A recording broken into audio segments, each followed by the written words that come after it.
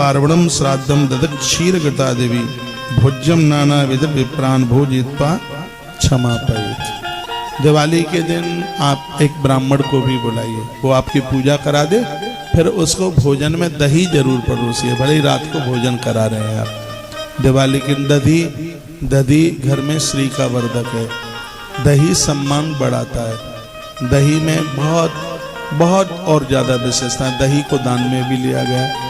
तो इसमें लिखा है दधिक क्षीर गिरता देवी, दूध की खीर बनाए, घी का भोजन बनाए और दही लें। भोजन ही नाना विधि विप्रा भोजित्वा क्षमा पायित। भोजन कराने के बाद हाथ जोड़ के ब्राह्मण देवता को कहें रूखा सूखा जैसी भगवान ने रसोई बनाई, हमने आपको परोसा है और हमें ऐसा महसूस हम कर रहे हैं कि आप प्रसन्न होंगे। तो ब्राह्मण देवता हृदय से बहुत आशीर्वाद देते। हमारी सनातन संस्कृति बड़ी विशेष है, इधर उधर कहीं भटकने की जरूरत ही नहीं है, सब समाधान है। एक एक बात का समाधान बड़ी बारीकी से किया गया है। तैले लक्ष्मी जले गंगा दीपा बल्याम चतुर्दशी, तीन चीज के बिना यह पूजा पूरी नहीं होती दिवाली की। क्या क्या? एक तेल, एक घी और एक जल, गंगा जल। गंगा जल को उसके प्रयोग में लीजिए। जब आप लोटा भर के रख रहे हैं और उसमें लोटा हमेशा बाएं हाथ पर रखिएगा। मैंने भी पंचपाद्य को बाएं हाथ पर रख लिया है। ये ईशान इसमें, हाँ इसमें उत्तर की तरफ। ये दिया हमेशा दाहिने हाथ पर जला के रखा जाता है। या सामने रख लीजिए, ठीक है, या तो सामने जला के रख लो या दाहिने हाथ पर रख लो। तो पूजा में थोड़ा मन लगा करके आप कीजिए। पापिनो पितरो ये चाह लुप्त पिंडो कदक्रिया, तिल का तेल आप जलाएंगे और अमावस्या है, इससे यदि पुरखों से कोई अपराध हो गया होगा तो वो भी मुक्त हो जाते हैं। इतनी बड़ी महिमा है। देखा पूर्व विद्धा चतुर्दश्याम कार्तिकासी सत्तरे पक्षे प्रतुष्य समय स्नानम कुर्यात इंद्रिया। आज शाम को जब ये पूजा पाठ कर रहे हैं आप तो पहले स्नान कीजिए। स्नान के बिना तो सब गड़बड़ है, कुछ भी नहीं। कल भी आप पूजा करें तो आप पहले स्नान कीजिए। स्नान के बाद धुला हुआ वस्त्र पहन करके और फिर ही तब आप पूजा में बैठे। तो ऐसी की गई पूजा तत्काल ये आनंद देती है। शुद्धा, बिल्कुल शुद्ध हो करके, पवित्र हो करके और आप बैठे।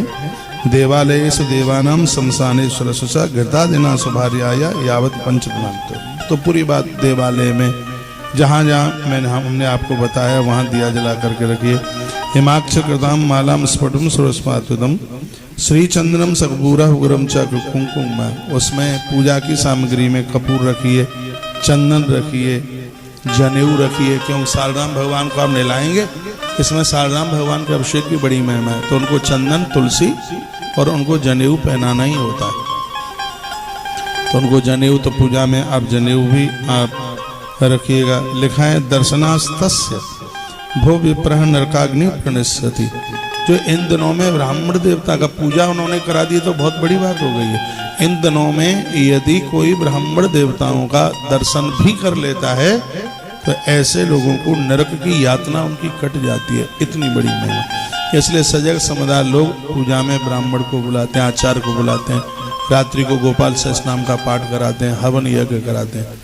ना मिले तो आप खुद भी कर सकते हैं। स्वच्छता, शुद्धता, पवित्रता का पूरा ध्यान रखिए।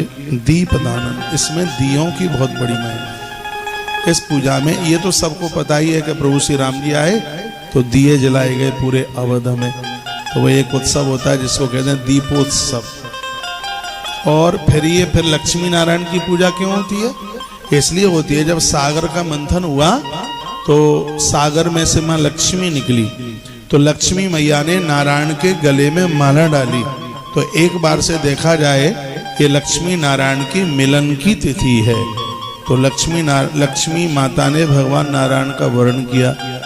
लेकिन लोग पूजा खाली लक्ष्मी की करते हैं, लक्ष्मी की करते हैं तो लक्ष्मी मैया उल्लू पे बैठ के आती है, उल्लू बना के चली जाती है। लक्ष्मी नारायण की जब आप पूजा करते हैं तो माँ गरुण पर बैठ के आती है। और उस समय दो हाथी इधर उधर खड़े होकर के माँ का अभिषेक करते हैं। एक हाथी इधर होगा, बहुत बड़ा उसके हाथ में कलश होगा, एक हाथी इधर होगा और वो माँ का अभिषेक होता है। कनक धारा कल का दिन निकल गया है, कनक धारा का जिसमें बड़ा मातम्य था। मैंने कल अजमेर से ये बात कही थी, आपसे बन जाए तो श्री सूक्त से दिन में भगवान नारायण का दुग्ध से और माँ लक्ष्मी का घी से अभिषेक कीजिए। जैसे भगवान महादेव को दूध से नहलाया जाता है, अभिषेक होता है, ऐसे माँ लक्ष्मी का अभिषेक है वो घृत से होता है। ये बाजारू घी में तो रिफाइंड डालडा बाल्डा सब मिल करके आता है। इतनी तो तैयारी से पहले से रखा करो, कहीं से 10-5 लीटर दूध ले आओ, घर में ही उसका दही बनाओ और उसी में से मट्ठा में से वो क्रीम निकाल करके और घी निकाल कर पूजा पाठ के लिए इतना तो तैयार कर लिया करो, क्योंकि इसमें शुद्ध पवित्र घी की ही आवश्यकता है। दासंत में कार्तिक माणि मर्त्या व्योप प्रदीपम हरतुष्ट मित्र। जो कार्तिक के महीने में पड़ने वाली इस दिवाली को भगवान के लिए जो दिए जलाएंगे तो हरितुष्ट यत्रा भगवान अति प्रसन्न हो जाएंगे। और जिसके ऊपर नारायण प्रसन्न हो जाए, लक्ष्मी माँ उनके ऊपर कृपा ना करे, ऐसा हो ही नहीं सकता कभी भी। तो ये भगवान नारायण को प्रसन्न करने वाली ये तिथि है, ये पावन तिथि है, भगवान ने बड़ी कृपा करी है। तो ऐसी तिथि में हमें और आपको कुछ अच्छा सा करने का सौभाग्य प्राप्त हो रहा है। श्यामो नारायणो देवो नाभि चक्र तथुन्य ही दीर्घ रेखाम समोपेता दक्षिण सुब्रन्मतः। भगवान को जिस समय वस्त्र पहना रहे हो तो भगवान के नाभि के ऊपर से एक रेखा गई है। लड्डू गोपाल जी को जब आप स्नान कराएं, स्नान के बाद में जब उन्हें आप वस्त्र पहनाएं तो भगवान की नाभि के ऊपर नाभि चक्रे तथुन्य श्यामो नारायणो देवे दीर्घ रेखा, भगवान के उदर के ऊपर एक बड़ी दिव्य रेखा है, उसका दर्शन कीजिए, भगवान के चरणों का दर्शन कीजिए। रेखांकित तो द्वार दृष्ट पाने, बहुत लोग तो अपनी दीवार पर उस रेखा को ऐसे कुमकुम रोली के द्वारा उसको वो बना देते हैं। वैकुंठम अभिन्नाय चक्र मेकम तथा ध्वजम। जो चक्र गोमती चक्र की पूजा करेगा, शंख की पूजा करेगा, ये समझ लो कि उन्होंने तो बिल्कुल वैकुंठ लोक का, भगवान के यहाँ पर वैकुंठ लोक का रिजर्वेशन करा लिया, ये समझ लीजिए। एक बात और मैं कहूँगा, पूजा में बैठने से पहले पंचगव्य लीजिए। लक्ष्मी नारायण की पूजा की चर्चा मैं आपसे कर रहा हूँ। पंचगव्य में 5 चीजें होती हैं। क्या क्या होता है? गौ माता का जितना दूध होता है ठीक उतना आधा दही होता है, जितना दही होता है उसका ठीक आधा घी होता है,